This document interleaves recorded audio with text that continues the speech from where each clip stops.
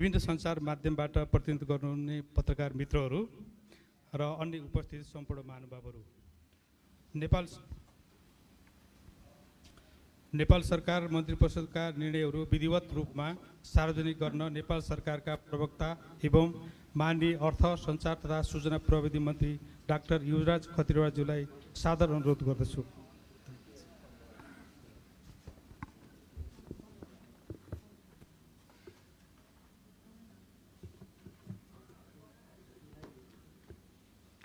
सञ्चार मन्त्रालयका सहसचिवहरू, प्रेसका साथीहरू, अन्य मित्रहरू, आज म दुईटा मन्त्री परिषदका बैठकका निर्णयहरू सार्वजनिक गर्न गइरहेछु।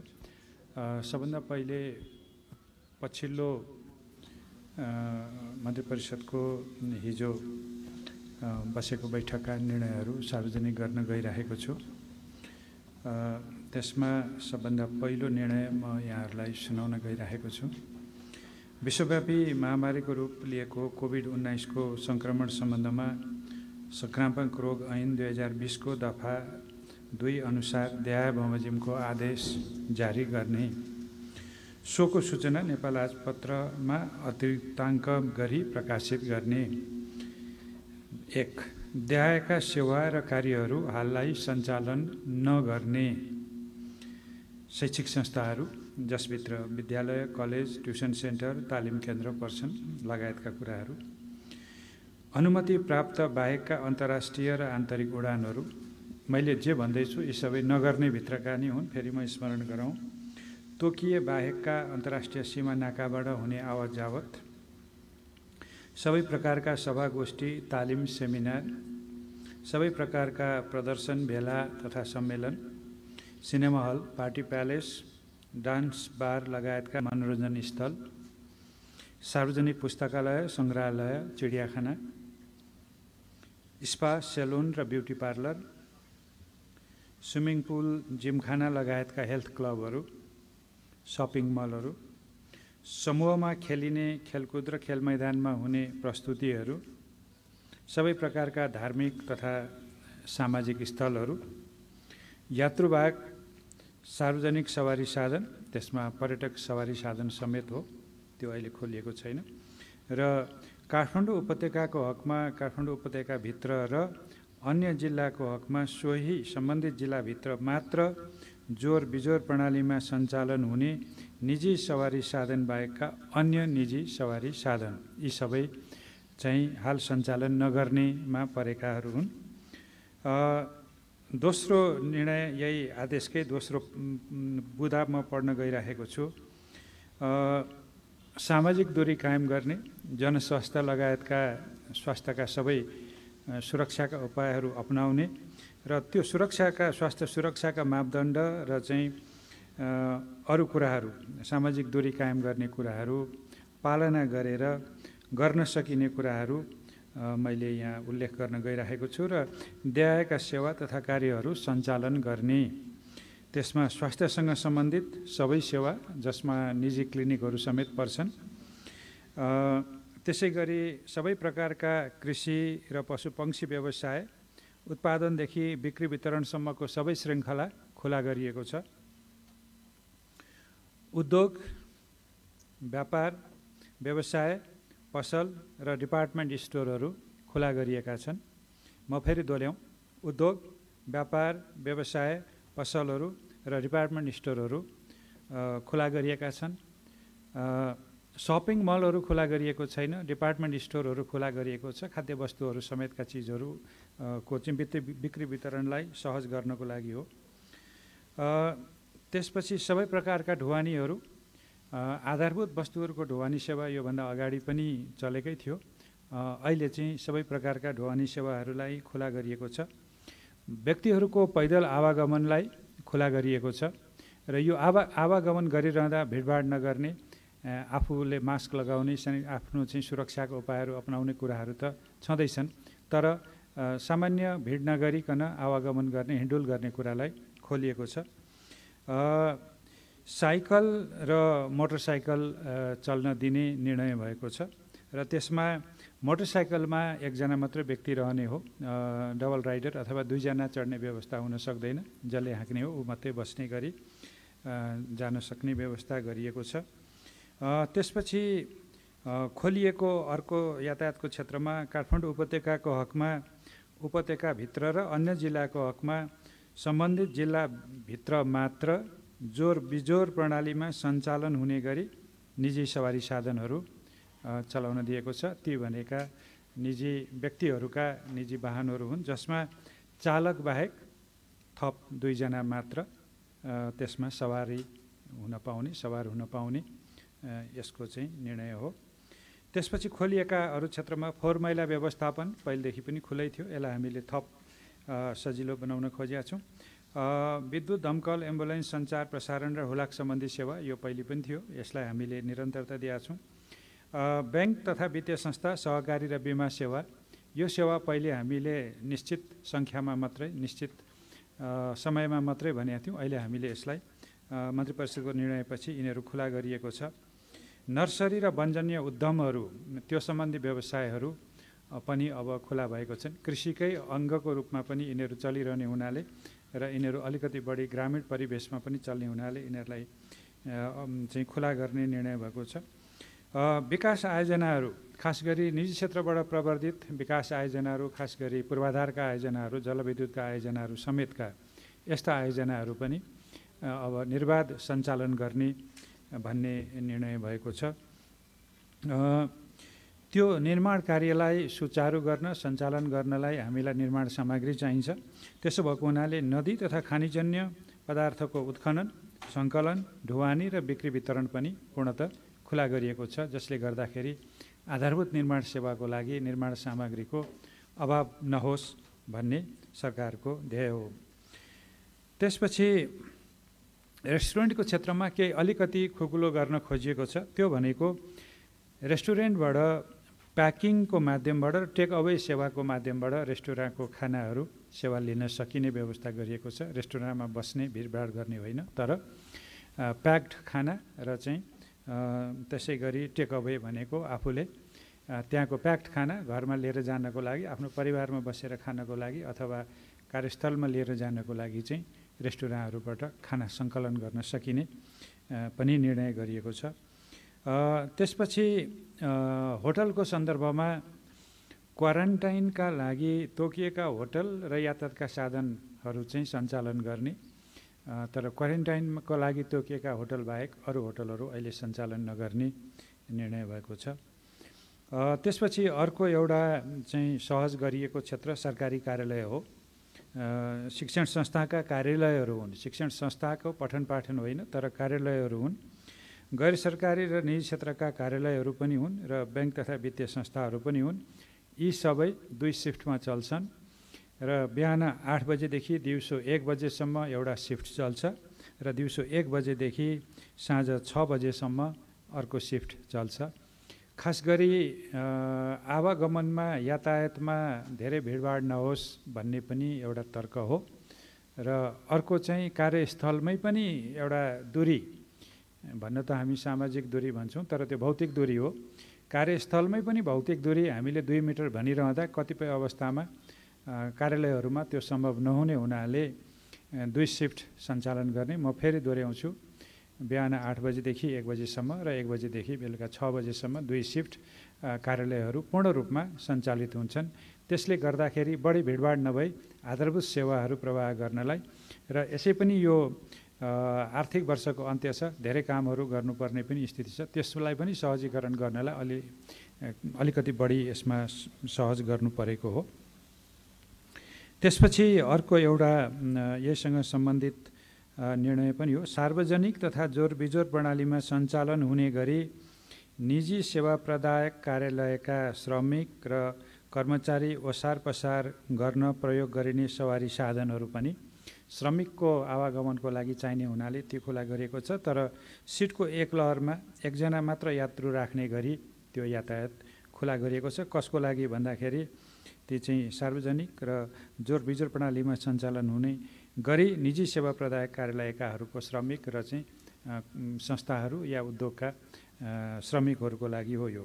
त्यसरी राख्दाखेरि एउटा गाडीको सिटको एक लहरमा एकजना मात्रै र सबै यात्रुले अनिवार्य रूपमा मास्कको प्रयोग गर्ने, सेनिटाइजरको व्यवस्था गर्ने र स्वास्थ्य सुरक्षाका सबै व्यवस्था गर्ने, त्यसमा सवारी साधनलाई निसङ्क्रमित गर्ने कुराहरू पनि गर्नुपर्छ, जसले त्यो बस सेवा अथवा त्यो यातायात सेवा लिनेलाई कुनै किसिमको सङ्क्रमणको जोखिम नहोस्।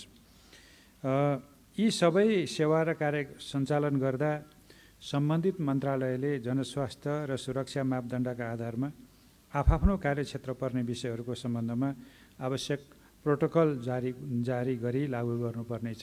यो प्रोटोकल भनेको चाहिँ के कसरी व्यवहार गर्ने हो, कुन शर्तमा काम गर्ने हो, कुन किसिमका सुरक्षाका उपायहरू अपनाउनु पर्ने हो, यो मापदण्डको कुराहरू यो प्रोटोकलमा रहन्छ।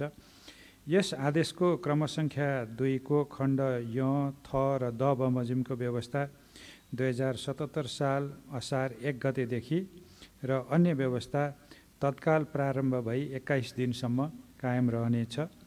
परिस्थितिको समीक्षा एवं सङ्क्रमणको जोखिम विश्लेषणको आधारमा उल्लेखित व्यवस्थामा आवश्यक हेरफेर पनि गर्न सक्ने मन्त्री परिषदले निर्णय गरेको छ। अब म एउटा कुरो स्पष्ट गर्छु, त्यो क्रमसङ्ख्याको खण्ड य, थ र दमा चाहिँ के छ, जुन 1 गतेबाट मात्रै लागू हुन्छ।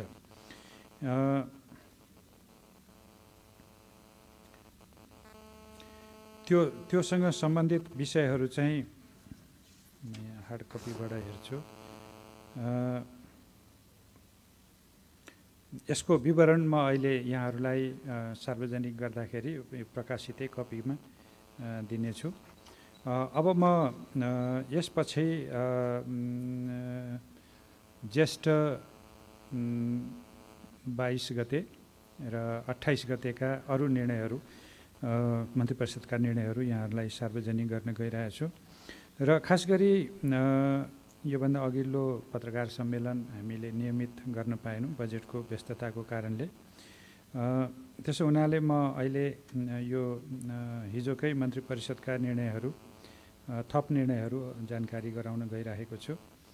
त्यसमा मन्त्री परिषदको प्रस्तावमा नीति अनुसन्धान प्रतिष्ठान विकास समिति आदेशलाई स्वीकृति गर्ने भन्ने निर्णय भएको छ। त्यसै गरी अर्थ मन्त्रालयको प्रस्तावमा जापान सरकारबाट सन् 2020मा छात्रवृत्तिको रूपमा प्राप्त हुने जापानी येन 365 मिलियन अथवा करिब 40 करोड रुपियाँको अनुदान स्वीकार गर्ने भन्ने निर्णय भएको छ। त्यसै गरी कानुन न्याय र संसदीय मामिला मन्त्रालयको प्रस्तावमा नेपाल न्याय सेवाको राजपत्राङ्कित विशिष्ट श्रेणीमा बढुवा नियुक्ति गरी दाय बमोजिम पदस्थापना गर्ने निर्णय भएको छ। त्यसमा अर्थ मन्त्रालयका सहसचिव श्री उदयराज सापकोटालाई बढुवा नियुक्ति गरी सत्यनिरूपण तथा मेलमिलाप आयोगको सचिव पदमा र कानुन न्याय र संसदीय मामला मन्त्रालयका सहसचिव धनराज गेवालीलाई बढुवा नियुक्ति गरी प्रधानमन्त्री तथा मन्त्री परिषदको कार्यालयको सचिव पदमा बढुवा गर्ने र पदस्थापन गर्ने निर्णय भएको छ। त्यसै गरी कानुन न्याय तथा संसदीय मामला मन्त्रालयकै प्रस्तावमा अहिले विशिष्ट श्रेणीको पदमा सत्यनिरूपण र मेलमिलाप आयोगका सचिवमा रहनुभएका श्री ऋषिराज भण्डारीलाई कानुन न्याय तथा संसदीय मामला मन्त्रालयको सचिव पदमा सरुवा गर्ने निर्णय भएको छ। गृह मन्त्रालयका केही निर्णयहरू छन्। खास गरी राष्ट्रिय मानव अधिकार आयोगको सिफारिस बमोजिम करिब 12 जना देवेन्द्र लाल कर्ण लगायत 12 जना व्यक्ति तथा परिवारलाई 14,52,000 आर्थिक सहायता क्षतिपूर्ति स्वरूप उपलब्ध गराउने निर्णय भएको छ। त्यसै गरी गृह मन्त्रालयकै प्रस्तावमा विषादीयुक्त मदिरा सेवनबाट मृत्यु भएका महोत्तरी जिल्लाका महेन्द्र चौधरी लगायतका 12 जनाको परिवारलाई प्रति मृतक 2 लाखका दरले रु 24 लाख राहत क्षतिपूर्ति उपलब्ध गराउने निर्णय भएको छ। त्यसै गरी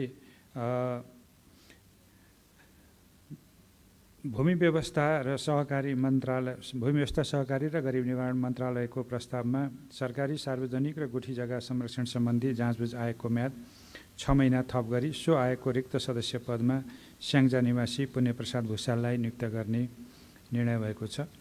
भौतिक पूर्वाधार तथा यातायात मन्त्रालयको प्रस्तावमा रेलवे कम्पनी लिमिटेडको महाप्रबन्धकमा 2 वर्षको लागि महोत्तरी निवासी गुरुप्रसाद भट्टराईलाई नियुक्ति गर्ने निर्णय भएको छ।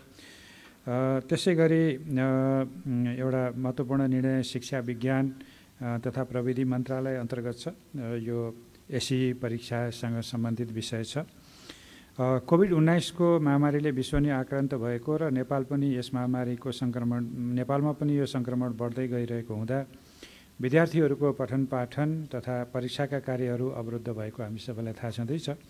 यो अवस्थामा निकट भविष्यमा परीक्षा सञ्चालन गर्न सङ्क्रमण जोखिमका कारणले सम्भव नभएको र यसबाट विद्यार्थीको पढाइ र मनोविज्ञानमा प्रतिकूल प्रभाव पर्न सक्ने सम्भावना रहेकोले यो महामारीले सृजना गरेको परिस्थितिजन्य बाध्यताको कारण शिक्षा ऐन 2028 को दफा 20 अनुसार देहाय बमोजिमको आदेश जारी गर्ने र यो दफा 20 मा बाधा अड्काउ फुकाउने भन्ने छ र बाधा अड्काउ फुकाएर सरकारले यो निर्णय गरेको, जसमा शैक्षिक सत्र 2076 को माध्यमिक शिक्षा कक्षा 10 को अन्त्यमा हुने परीक्षा, जसलाई हामी स्कुल एजुकेसन एक्जामिनेसन र छोटकरीमा एसई भन्छौँ, त्यसको हकमा विद्यालयद्वारा गरिएको अन्तिम मूल्याङ्कनको विवरण सम्बन्धित विद्यालयले सम्बन्धित जिल्लाको जिल्ला शिक्षा विकास तथा समन्वय एकाइमा पठाउने र जिल्ला शिक्षा विकास तथा समन्वय एकाइले प्रमाणित गरी राष्ट्रिय परीक्षा बोर्डमा पठाउने। त्यसरी प्राप्त भएको विवरणको आधारमा राष्ट्रिय परीक्षा बोर्डले परीक्षाफल तयार गर्ने, प्रकाशन गर्ने, प्रमाणीकरण गर्ने र प्रमाणपत्र जारी गर्ने। माथि भनिए बमोजिमको कार्य गर्न राष्ट्रिय परीक्षा बोर्डले आवश्यक कार्यविधि बनाउन सक्ने। यस आदेशलाई नेपाल राजपत्रको अतिरिक्ताङ्कमा प्रकाशित गर्ने यो निर्णय भएको छ। त्यसपछि स्वास्थ्य मन्त्रालयसँग सम्बन्धित अरू केही निर्णयहरू भएका छन्। एउटा निर्णय कोभिड-19 को महामारीजन्य विशेष परिस्थितिमा यसको रोकथाम, नियन्त्रण, निदान तथा उपचारको लागि आवश्यक पर्ने मेसिनरी तथा औषधि र अन्य स्वास्थ्य सामग्रीहरू शीघ्र खरिद गर्ने र विशेष परिस्थितिकै खरिदको विधिबाट अघि बढ्ने भन्ने निर्णय भएको छ। स्वास्थ्य तथा जनसङ्ख्या मन्त्रालयकै अर्को प्रस्ताव कोभिड-19 महामारीको रोकथाम, नियन्त्रण, निदान र उपचारका लागि आवश्यक पर्ने आधुनिक पीसीआर मेसिन, किट्स, उपकरण र आवश्यक सामग्रीहरू शीघ्र आपूर्ति गर्ने। यो गरेर परीक्षणलाई व्यापक र प्रभावकारी बनाउने, देशका विभिन्न स्थानमा रहेका क्वारेन्टाइनको सामग्री र तिनीहरूको अवस्थामा सुधार गरेर सञ्चालनमा ल्याउने, आइसोलेसन सेन्टरहरूलाई थप व्यवस्थित बनाउन स्वास्थ्य तथा जनसङ्ख्या मन्त्रालयले मापदण्ड बनाई कडाइका साथ पालना गराउने, प्रदेश र स्थानीय तहलाई सक्रिय र सक्षम बनाई प्रभावकारी एवं समन्वयात्मक ढङ्गले परिचालन गर्ने। यति निर्णयहरू स्वास्थ्य तथा जनसङ्ख्या मन्त्रालय अन्तर्गतका प्रस्तावहरूबाट चाहिँ निर्णय भएका छन्। अब म केही योभन्दा अगाडिको मन्त्री परिषदका केही निर्णयहरू पनि यहाँ सुनाउन गइरहेको छु। 2077 साल जेठ 22 गतेको मन्त्री परिषदको बैठकका निर्णयहरू अब सुरु हुन्छन्। पहिलो अर्थ मन्त्रालयको प्रस्तावमा विश्व ब्याङ्कबाट रु 24 अर्ब बराबरको सहुलियत ऋण सहायता स्वीकार गर्ने, वार्ता टोली गठन गर्ने र यो सहायता लिने प्रक्रियालाई अघि बढाउने भन्ने निर्णय भएको छ।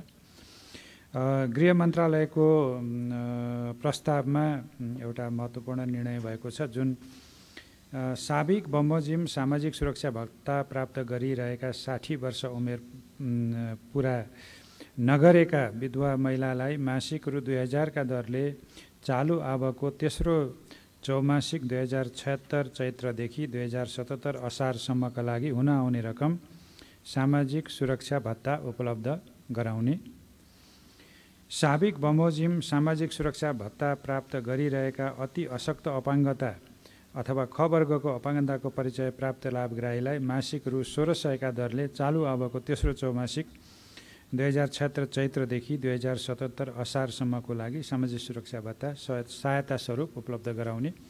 यो विषय चाहिँ सामाजिक सुरक्षा सम्बन्धी ऐन र नियमावलीहरूमा भएको व्यवस्थाबाट केही यो सामाजिक सुरक्षा सम्बन्धी प्रावधानहरू परिमार्जित भएका थिए र त्यो संशोधन गर्ने विधेयकलाई संशोधन गर्ने कुरा पनि अगाडि बढेको छ। तर अहिले चाहिँ उहाँहरूले प्राप्त गरिरहनु भएको जुन किसिमको सामाजिक सुरक्षा भत्ता छ त्यसलाई निरन्तरता दिनको लागि अहिले चाहिँ आर्थिक सहयोगको सहायताको रूपमा त्यसलाई अघि बढाउने र चाहिँ पछि कानुनी रूपमा नै त्यसलाई संशोधन गरेर मिलाउने गरी यो निर्णय गरेको हो। र अब यसरी यो सम्बन्धी जति पनि एक किसिमको के भएको भन्ने दुविधा भएको थियो त्यो रहने स्थिति छैन। त्यसपछि एउटा परराष्ट्र मन्त्रालयको प्रस्तावकोमा निर्णय भएको छ जुन नेपाल भारत सीमा सम्बन्धी प्रमाण सङ्कलनका लागि श्री विष्णुराज उप्रेती जो अहिले नीति अनुसन्धान प्रतिष्ठानको अध्यक्ष हुनुहुन्छ उहाँको संयोजकत्वमा एउटा 9 सदस्यीय विज्ञ समूह गठन भएको छ। त्यो विज्ञ समूहमा को हुनुहुन्छ भन्ने अहिले सर्कुलेट गर्नुहुन्छ र तपाईँहरूले त्यो प्राप्त गर्न सक्नुहुनेछ। सञ्चार तथा सूचना प्रविधि मन्त्रालयको प्रस्तावमा चलचित्र विकास बोर्डको रिक्त अध्यक्ष पदमा श्री दयाराम दाहाललाई 2 वर्षको लागि नियुक्ति गर्ने निर्णय पनि भएको छ।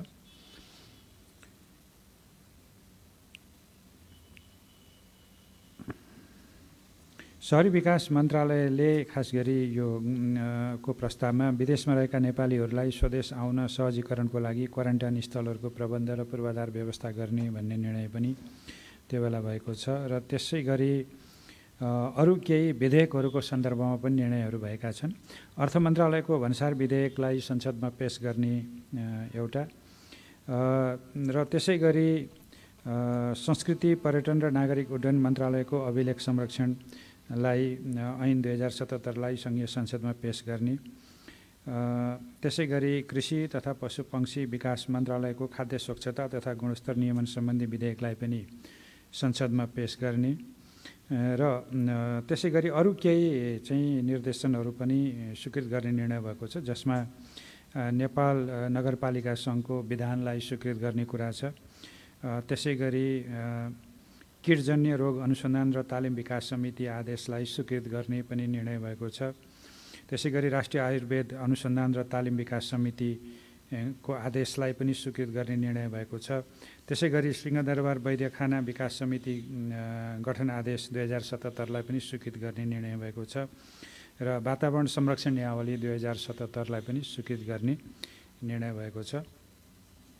अझ अर्को पनि एउटा महिला शान्ति र सुरक्षा सम्बन्धी संयुक्त राष्ट्र सङ्घ सुरक्षा परिषदको प्रस्ताव नम्बर 1325 र अन्य पूरक प्रस्तावहरूको कार्यान्वयन सम्बन्धी दोस्रो राष्ट्रिय कार्ययोजना पनि स्वीकृत गर्ने निर्णय भएको छ। यी चाहिँ ज्येष्ठ 22 गतेका मन्त्री परिषदका मुख्य निर्णयहरू हुन्।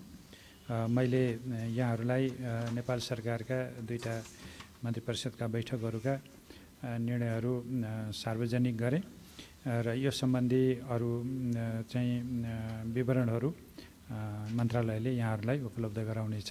धन्यवाद। कार्यक्रम सम्पन्न भएको के प्रश्न सोधे हुन्छ